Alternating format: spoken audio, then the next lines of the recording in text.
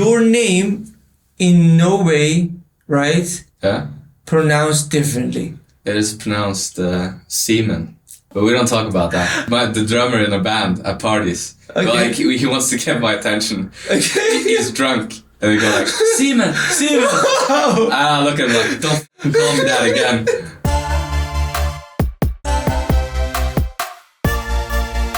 Hello everybody, we're here today with another great band. Everybody, DC-15. How are you doing? What happened to the rest? Yeah, they're all busy today. Okay. So it's just me, yeah. It's actually tricky, like, to be in a band, I think, being able to bring them all to the podcast, because I assume everybody works today and they have, like, things going on in their lives. Yeah, school, work, different things. Yeah, so. Absolutely. When DC-15 happened? Yeah, so DC-15 happened my first year of going to Lippa. Mm-hmm. So, well, sort of. It started that way. We didn't really have a name for it yet, but we started the project, and then my second year we kind of named it DC-15 because we couldn't think of anything to call the band. Mm-hmm. So where we lived near Lippa is called Cathedral Campus. Okay. Our house number was DC-15. Was it? Yeah. So we're just laying around on the couch, having a couple of beers, thinking about what are we going to call the band, and every idea was worse than the other. In the end, we just went, what about DC-15? That's where it started, right? Yeah. So tell me, how did you guys meet each other? How did the band happen? Yeah, so everyone who's been in the band has gone to Lippa. Okay. So I kind of started out with 4 people. No, we were 4 people, so I lived with 3 other people at DC-15. Okay. And we started like doing the band project a little bit, and then second year, one of my best friends from back home in Norway, he's from the same county as I am. Okay. He started Lippa a year later than me, and he went in and did drums because our drummer left. Okay. And so we've been changing a lot of people in and out. But now, right now, here in Liverpool, we're 4 Norwegians playing in the band. Oh wow! Yeah. Wow. When did the music start in your life? Well, I say my father, he loves music. He's very, very interested in music. So I sort of started out listening to a lot of music, and not that I remember it, but apparently I always would like go around and sing when I was very little. And I think I had a school performance once. We did like little solo acts, and the teacher played guitar, and we were playing Morning Has Broken by Cat Stevens. All right. And I did like the octave above everyone. Wow. Yeah, and it was just really clear. So I never really thought of myself as a singer at that point. Not even my parents, just hear me How old sing. are you in that time? That must have been the 5th grade. 5th grade. Yeah, so I don't know how old you are then. Maybe 10, 9, 10, around there. Okay. Yeah. Wow. So you had the big vocal range even that time then? Yeah, it was even higher before my voice changed after puberty, yeah. Have you felt that turning point in your life, that something happened in your life and you realized that, oh, music is my thing? I discovered Bob Dylan. Oh. That's what I did. Yeah. Wow.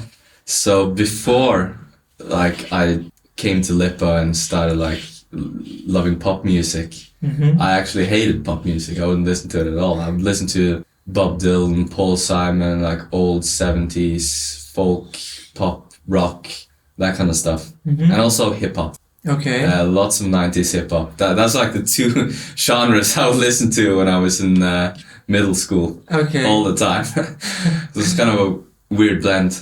But I remember I watched a movie with my dad.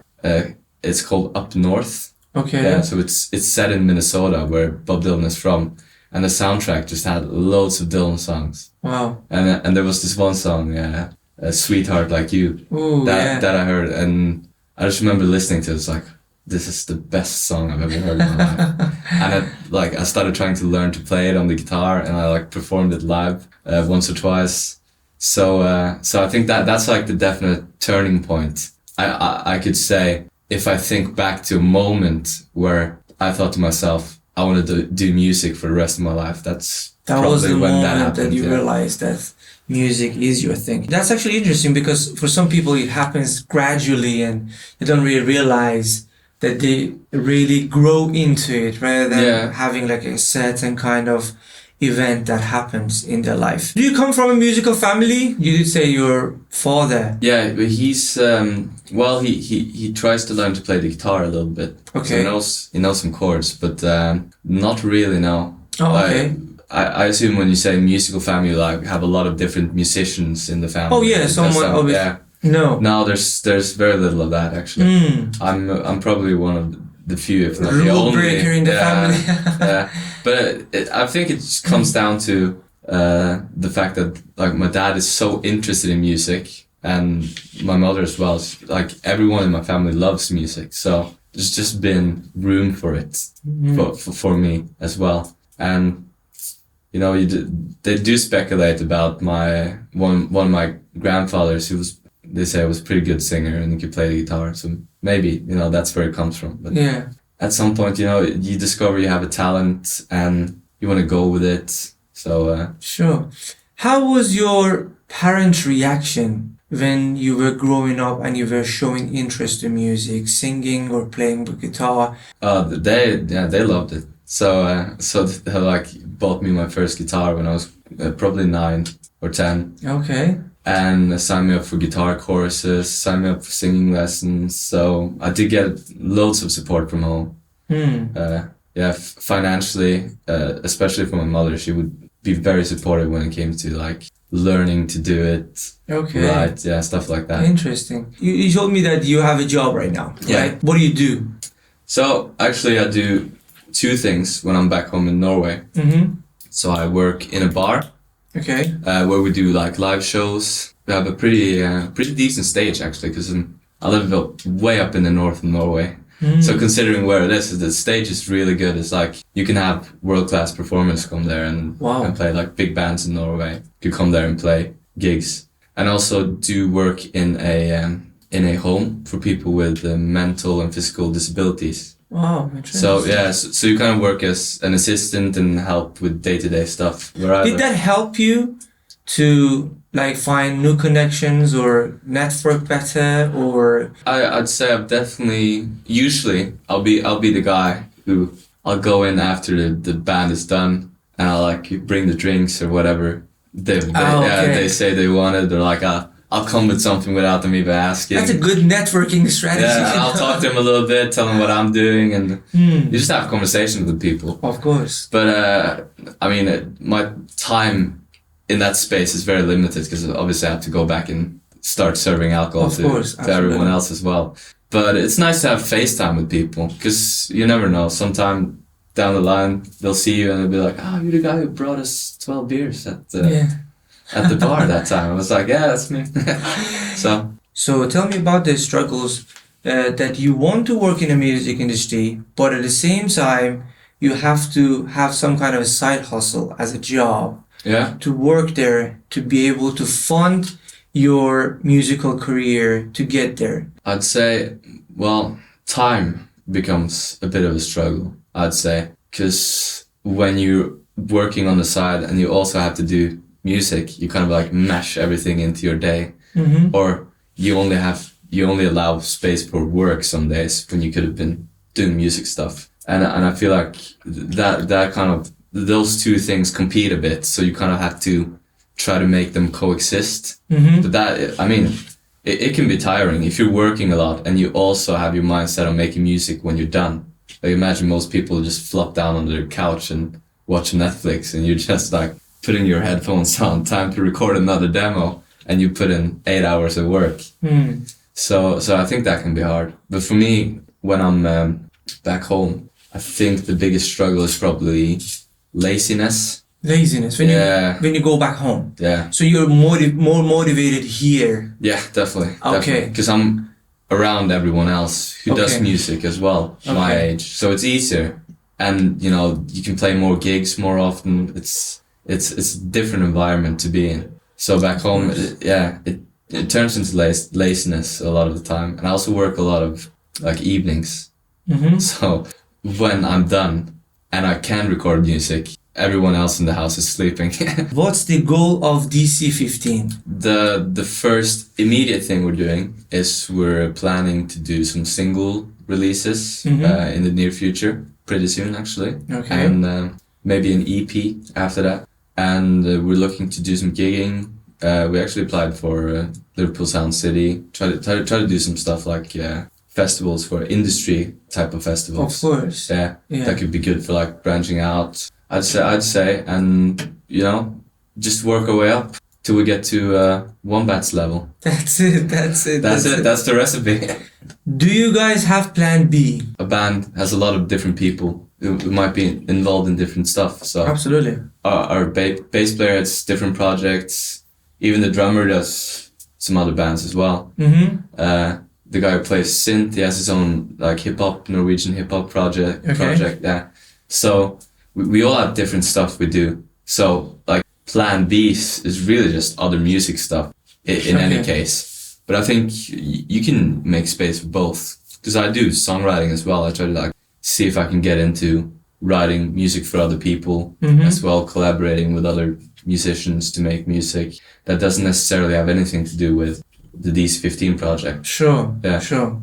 So it would never be the case that you drop music completely. No. You always will be in the music industry, but you might work in different sectors. Yeah, if it comes to that down the line, you realize obviously at some point maybe it's not going the way you thought it would go. Okay. Plans change all the time, but music still would be. Yeah, working in music is still the goal for every little plan A, B, C role that comes out of it. Yeah. If you had a chance to choose between releasing one song a year, to a situation that you release one album a year, which that one song is a really good quality song, but that album might not, in terms of quality, might not be that great, but still it's a message that you want to deliver to your audience.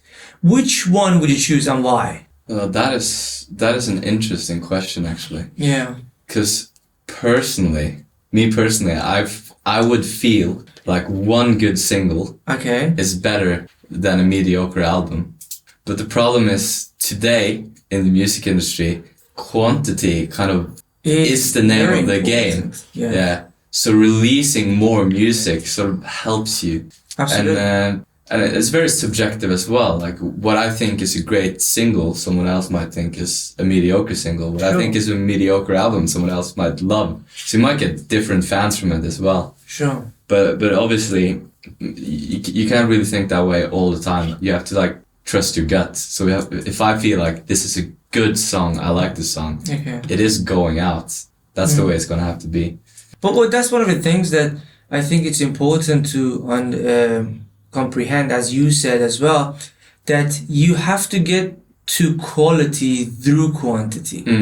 Like when I look at, for example, people who are on top of the chart, like Weeknd, they got almost 300 songs out there. Yeah. And God knows how many songs they've written and they haven't released it. So out of maybe 1,000 songs or 2,000 songs, 300 is out there. So 1,300 songs out there that makes it happen. Yeah, and you'll build your fan base as well. Absolutely. Most likely, it would be very weird if you put out a lot of music all the time and you didn't have at least a few people catch on to what you were doing. Absolutely. And they can see her, even if my first song is an absolute crap.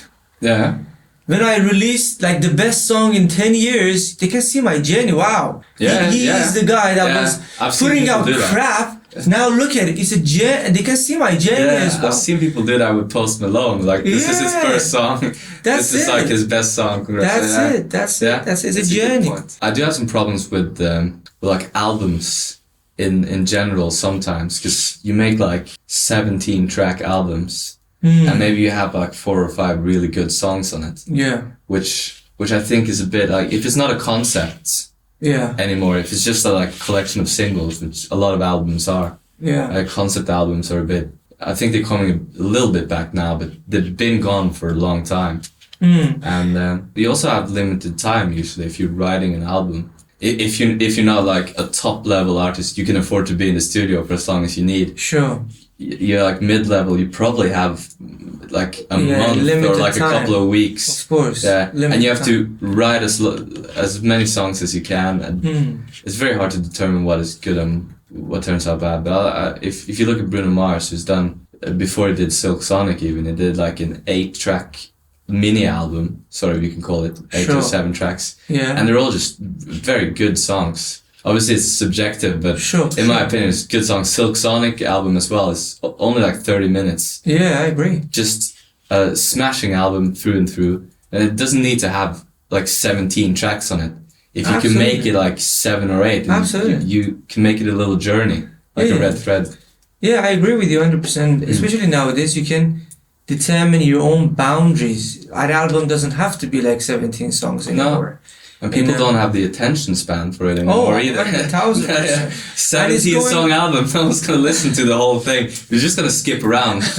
Dude, I even played a does this title look like it's good game. Like I like the way this like title of the song, how it sounds. So I'll listen to that first and I'll just jump around like, that looks like it might be cool. But that's how it is nowadays with YouTube, with TikTok. That thumbnail, that first picture, that first whatever that has been written, there it's important. If it's eye-catching, you would click on it. If it's not, you would skip it. That's how it works nowadays. So that's why a lot of producers and a lot of labels would emphasize on the first 5 seconds of the song. Because listening to music is becoming some kind of a scrolling for itself. So you go through songs, if that few seconds is really ear-catching and pleasant to you, which at the end of the day music is subjective, but if it's pleasant to you, you would listen to the rest of the song. If it's not, you're going to skip to another song, right? Yeah, and I think a lot of times, actually, musicians, when we discuss this, like attention span, you don't take into account that normal people who are just listening to the radio, because they've done like research on how like you have 7 seconds or something before they change the channel. To like captivate the listener with the song. You'll be like, I'd give it more than 7 seconds, but you're also a musician and you're very interested in music. So the parameters doesn't always apply for everyone. Obviously, we have a vested interest in different music. I would listen to a 17-track album, like sometimes if it's an artist I like, I'll probably listen to all of it and love it because I like the sound. And I can like some songs I can learn to like after a while. First time I hear it, it's like, oh, it's okay, and I listen to it more and more times, and suddenly it's my favorite song. It's like find stuff in it that I didn't initially hear. Sometimes you listen to one song now, you can't really relate, you don't really like it that much, but maybe 5 years down the line, you listen to it again, and, wow, that's a really good song. So it really depends to a lot of elements. Where are you mentally and physically, how you're feeling at the moment. And a lot of elements come into account to say, okay, I like this song or no. Tell me about your social media and working with TikTok, with Instagram. So I manage probably most of the social media. We share TikTok a little bit between us, but it depends. It's usually me. It's been me for a little while. Instagram I do, but Instagram is probably my favorite social media too. Why? Because it does itself. If you're doing stuff, Instagram does itself. You're just reporting on whatever you're doing. So if you're playing gigs, you get someone to take photos. Boom, nice. You're going on a night out and you're just taking cool pictures of what you're doing. Boom, nice. That's good posts. People like to see that stuff. Show a bit of behind the scenes, Instagram stories I like. It's easy, you can just walk around, fool around, do stuff with that. So I like that. TikTok on the other hand, I do struggle with a bit. I think we all do in respect to what the band does, because it's like, how do you promote your music in a creative way, but not like the way everyone else does it? I feel like there's a recipe there, but like there's a way forward there that we're looking for. So it's, we're trying, but it's especially that part we do need to work on a bit, I'd say. But as far as posting stupid videos and memes goes, that's where we excel Yeah. Do you have like a regular schedule that you say, okay, I post once a day, I upload one reel No. a day? No. No. Okay. We probably should, but we don't, because right now we're working our way towards the first single release. Okay. So when that happens, we're gonna play a gig in Manchester on the 17th of March. All right. Yeah, it's like a club festival called Our Weekender. All right. Yeah, Okay. Sounds really good. cool. So we're trying to, like, when we do stuff, we'll start like doing stuff again. Okay. In a way, because I've seen, like, obviously just putting stuff out all the time when you're not really doing anything or you can't really follow it up, doesn't matter anyway. We don't have that many TikTok followers, so if we go off the grid for a while and then come back with a better strategy and, like, do it right, that's better than, in my opinion, than just keep on pushing. What I've noticed in TikTok, you don't really necessarily have to have a big following base. No, sometimes one clip can just go and blow it up. Yeah. You know?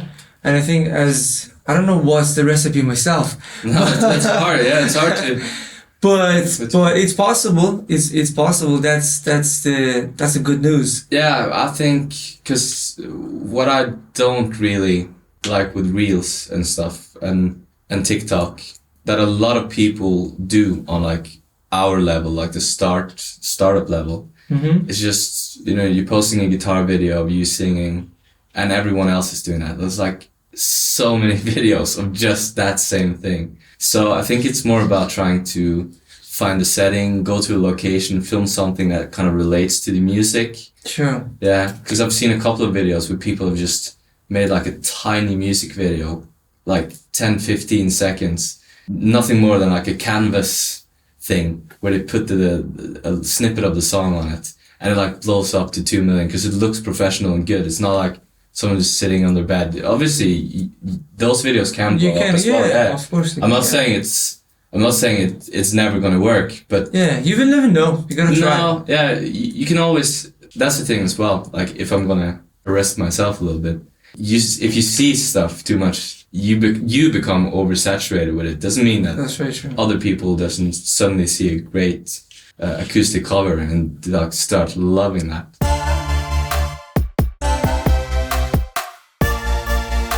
So how do you handle criticism? That has actually never happened. Never happened. Okay. No. We have like friends shit posting, which I think is fun. Okay. But I have me personally, okay. I don't really care too much about other people's opinion if it's not constructive criticism. If someone's not, of course, because that I can take very well. Because I like that. That means you're being honest about something. Because a lot of times you listen to your friend's music and you just nod your head and say it's good, even if you don't think it is sometimes, because you don't want to, like, hurt their feelings. But if you have constructive points about songs, anything that, I make or other people make, of course. I love that. But if someone were to comment on a DC-15 post, like Sunday, oh, the lead singer looks fat, I would just laugh my ass off because it doesn't matter to me. It's funny. It's funny in a way because I think I don't really put a lot of, like, emotion into people like that. I think you have to be a special kind of. I've said this before. I think you have to be a special kind of loser to watch stuff on the internet and get, I don't know, pissed off about what they're doing, and then you comment hate posts in the comment section afterwards. It just means you probably have, like, very little social life, no friends, you're sitting alone. It's a sad story, really. So it doesn't anger me. It's more like I'll laugh it off, and I know, like, no matter what anyone says in the comment section, you're still better off than the people who are commenting. Bad stuff. It's good to be able to have that kind of attitude, But I think subconsciously sometimes we show some kind of a reaction to it. I don't know. Yeah, definitely. Well, lots of people are different. I'm not saying that, like, there will probably be situations where if it, like, touches into something, like, let's say something happens in your life that's pretty dramatic and people start commenting about about a That's tragedy. more sensitive that's kind of a happened subject. to you. Yeah, Sure. and you keep seeing it everywhere. I can understand that. That would probably impact me as well. Walking around and seeing it all the time. Of course. But if it's just like if it's just like stupid stuff, Stupid comments, that doesn't have like your music is bad. It's like so what? That's your opinion. I mean, it doesn't matter too much because there's gonna be probably thousands of people who think the music is good. So that's it. I love the attitude.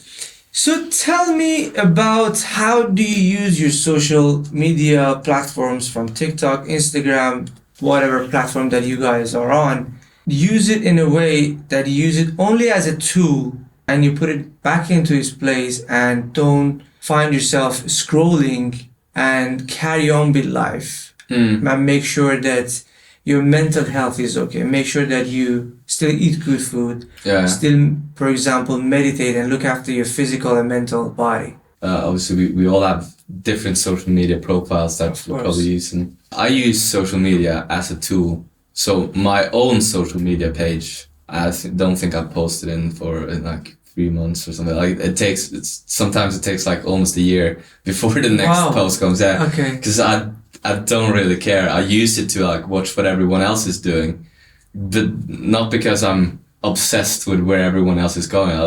If I'm bored, I'll scroll. I do like TikTok a lot. My own profiles. I'll scroll, but I'll get stuff that I like. It's like basketball videos, funny stuff, you know. So it's not really about like monitoring where everything else is going. I think that's the biggest problem when you start to focus too much on other people and how they're doing instead of focusing on yourself. On yourself, absolutely. And also, I'm pretty much I'm more of a television show guy myself. You look at television. Yeah, I love it. I love watching shows and storylines. So social media isn't like that huge of a part of my life. Okay. When it comes to that, so it's definitely a tool for me. I like put it back in its box, pick it up when I need it. So you told me you study, right? Yeah. Between the time that you started studying to the time after you graduated. Yeah. In yourself, in your musical journey, in your musical career, what kind of changes, what kind of impacts do you see in yourself? Like I said earlier, like my biggest problem sometimes is that I'm too lazy at times. So when I was studying, I had tasks to do all the time that I would do. I did pretty well in school. Okay. But I didn't really feel that pressure to like, I need to make something, I need to release something, because you were just honing your craft in a way and planning ahead. And, the teachers didn't really expect you to have all that stuff ready in first or second year anyway. So mostly what we did was a lot of like gigging, playing live, which we did last year. Loads of that, which has really like helped us. Like our live shows is kind of like sometimes the heart of the project because it's so fun. But I'll say after I graduated, you're kind of like you need to figure out what you're gonna do. Sure. Obviously, with me, I had like a visa situation because we were playing festivals in the north of Norway, where I'm from and the drummer's from, and I kind of missed the deadline to get a graduate visa. So I have to like go back and forth from here to Norway. And like I said, I work when I'm back home, save up money, come here, spend all the money, go back home. So that's what I'm doing at the moment, at least. Okay. So did you get what you expected after graduation? Yes. You did. I'd say, because you don't have an expectation of you're gonna go gonna do 3 years at LIPA, and suddenly, like when you graduate, you're gonna be a musician or a big star. Yeah, sure. And they'll tell you that as well. Still So you know it's a part of starting your musical career. The sort of like grind you have to get used to. It's a good foundation of at the beginning. And I've also I've started writing more stuff with different people. So I've started like taking the songwriting part of my education and trying to put it more to work as well. So I've definitely become more like productive in a lot of ways. Because no one's gonna help you. You have to do it. Tell me, how do you network? The way I network is I party. Mm-hmm. Yeah. Legit way of Yeah. networking. Yeah. Yeah. Especially in music industry. Yeah, definitely. So in our old place, these 15, we used to have, I think we had pre-drinks every Friday and Saturday. Okay. When We- is the next one? And I'm gonna come. Yeah, no, we don't live there anymore. Oh, you don't? No. Oh, man. Because when we're not students anymore, so it's for Oh, students. yeah. Okay. So so that Such a that good part time. that part is sadly that's done. But we would do pre-drinks and people would come in like obviously a lot of Norwegians would stop by. But a lot of English people, American people from other countries who went to Lipa as well. Sure. So I'd say pretty much everyone I've met that I do music with. In partying. Yeah, Okay. partying, Sounds good, man.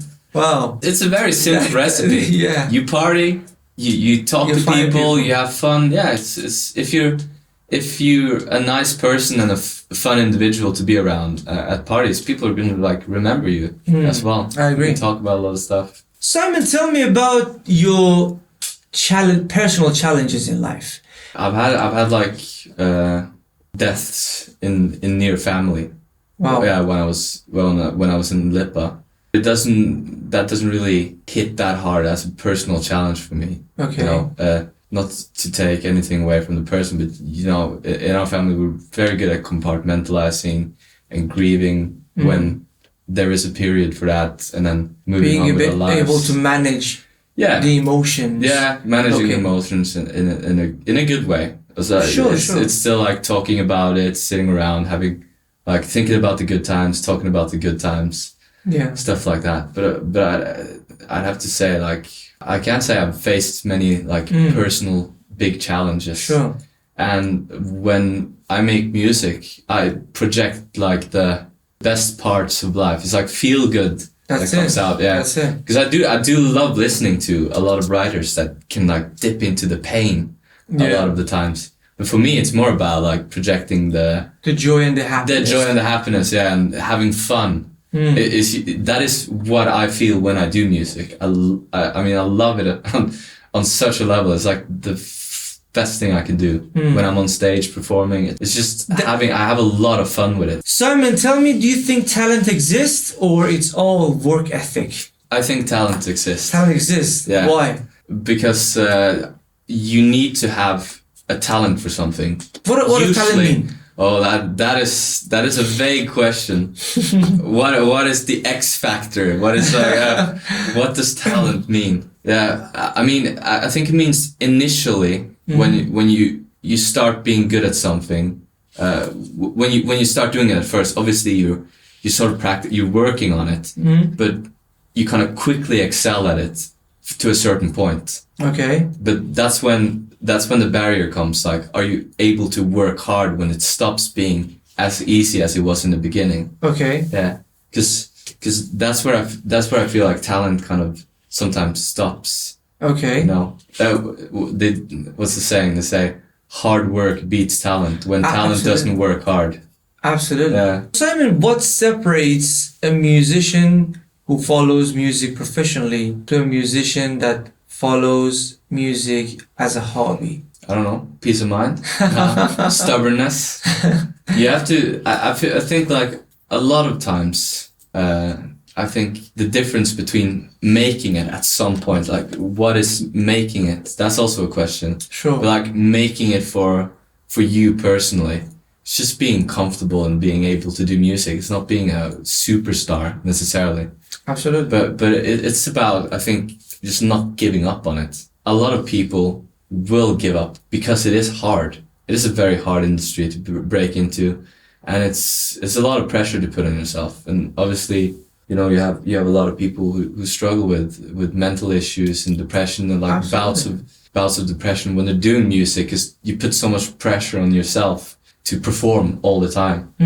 So that's a lot of mental pressure. yeah. Something that a lot of people might not realize is that when you're that famous and exposed to that much of a pressure, it's mind-breaking. Yeah, I think I remember Louis Capaldi saying he didn't like to do live shows or something. There was, I'm not sure if it was studio or the live stuff, but there was something he didn't like doing about it. And you can imagine like having, you have that expectation upon you to do stuff like that. Absolutely. Because the difference with someone like, and there's probably a lot of people at our level in Lippa as well, who's not really that comfortable with live performing yet. And that is also a pressure because you know, maybe you think to yourself, I just want to be a recording artist, but it's very hard to get discovered usually. 100%. Well, if you don't do both, well, you have TikTok obviously, so it could happen. Of course. But for me, it's just like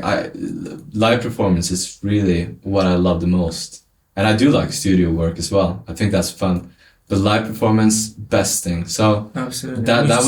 that would never discourage me. Yeah, if it's like touring a lot, that would be my perfect scenario. Really, traveling, seeing the world. That is absolutely the perfect scenario for me. Yeah. Do you think there is anything wrong with music industry? The music industry sort of kind of conforms to what people are doing a lot of the time. So I don't necessarily think they themselves like set the rules, but at some point it started being like you need to build a following yourself before you even get to the point of signing with a label, because so many people are doing music. Like back in the day, the label would decide if they were signing you and if they were pushing you out to the masses, if you didn't already become like underground famous. But that's how they would do it. They would like find you playing live, put you in a room with writers, see is this going anywhere, put money on it, and they would be the sole body of organ that would put out music and promote it and make sure like artists could break it or make it. Now you have people like Chance the Rapper did a Grammy album and he just posted it online and made millions of his cap brand with the 3 on it, and he's not even signed. He wasn't even signed to a label. He made millions and millions from just into his own pocket. So you can circumvent the music industry in this day and age, but I don't think don't really think that way in our band when it comes to like labels and stuff. We feel like that would be. So do you think it's easier to make it as an independent artist then? Yeah. I would say it's easier to make it as an independent artist in this day and age than it would have been before. But it's also there's so much of it, if that makes sense. There's so many people posting and making music every day that to some extent it's an advantage if you have like a marketing powerhouse behind you when you're trying to, because that will like push you through the crowd a little bit and make people notice it more. Sure. And they're very good with analytics. So there's a lot of benefits with labels. But at a certain point, if you can do it yourself as an indie artist, I think for us, would very much be like to be signed with a label. We don't have any like misconception about what it means. We know what it means when it comes to the money and all of that stuff. I think it's a good push, especially in the beginning. Yeah. But down the line, obviously, you want to have all the rights to your own music to be able to make the most money. If you're smart about it, you can obviously.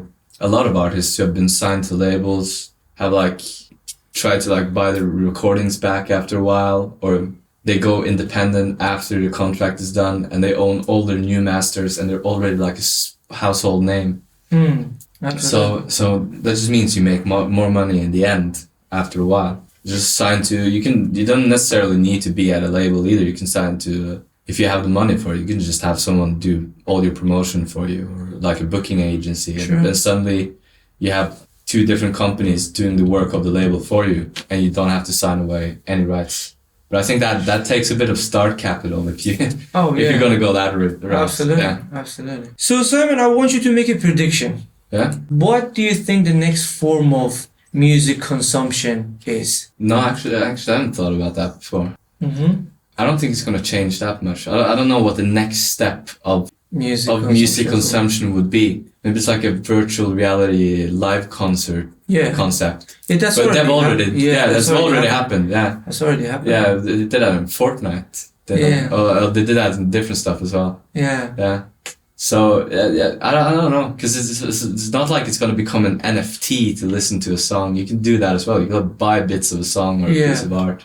Yeah. So, but I feel like the streaming thing, maybe they'll improve the quality of streaming, because you obviously have to compress music when you put it out on streaming platforms. But even Tidal is doing has a higher quality of streaming than Spotify does. We had actually somebody who had a very interesting idea. Okay. Yeah. That he was saying that you would attach something to your body, which obviously Elon Musk is doing it.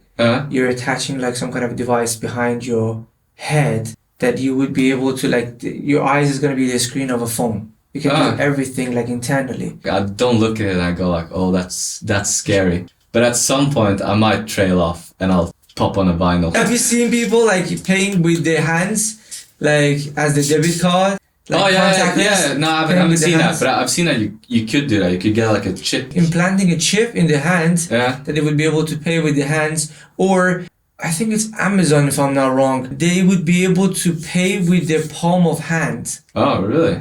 I'm not sure about the whole. I'm not sure about the chip. Nah, but the palm of my hand. Yeah, palm is alright. Yeah. Still considered as my debit card, but I don't really want to have a chip, so somebody's gonna track me all the time. You owe your money, owe your friend money, and high five him back. £5. Steal money from you. And he's running away. I got 30 quid. Yeah. And that's in the case that if you haven't capped it to £30, because nowadays you can cap it to higher. Suddenly, walking away with 50. Appreciating my guy, and he's just gone. You see this guy down on the road high-fiving everyone, making money, making easy money, right? That would be funny. Simon, tell me 3 things that you want to promise yourself when you walk out of here that you want to do. Okay, so first thing, release another single. Okay. That is a promise. The most immediate thing is probably going to get something to eat. Okay.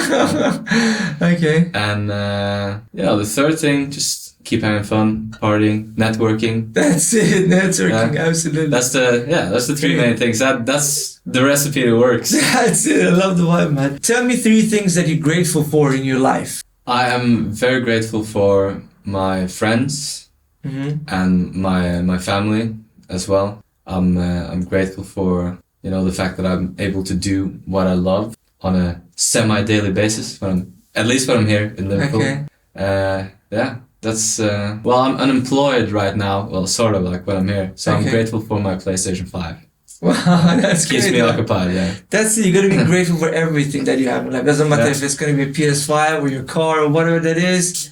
That makes you happy. Yeah. That's it, man. I love the attitude. Last words. I'll say when it comes to ambitions to do music or going somewhere, studying music, or just following your dreams, it's like Nike says, just do it. That's it. Just do it. Simon, it was a pleasure to have you, everybody. Make sure you go to the link that I'm gonna put in the description. Go listen to the music. Go follow them on their social platforms, and follow us for some more. And comment down below. Let me know what you think. It was a pleasure to have you on the podcast. That's what we do at the end of the podcast. Yeah. Thanks very much. Thanks very much for coming. It was lovely to be here. Cheers, man. Thank you. Thanks very much.